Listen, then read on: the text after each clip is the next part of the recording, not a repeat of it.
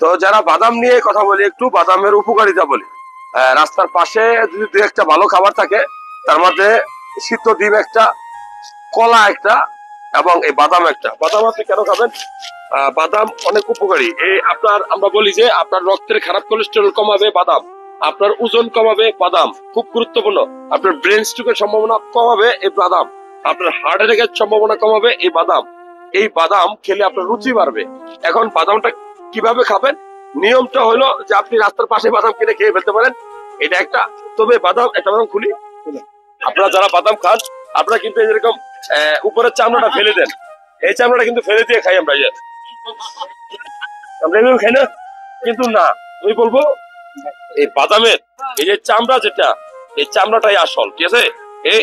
এই দেখেন, এই চামড়াটা আমরা ফুটে ফেলে দিই, কিন্তু মনে রাখবেন এই চামড়াতে আছে vitamin B6, B12, B1, B3। So বাদামের চামড়া ফেলে দিবেন না, ঠিক আছে?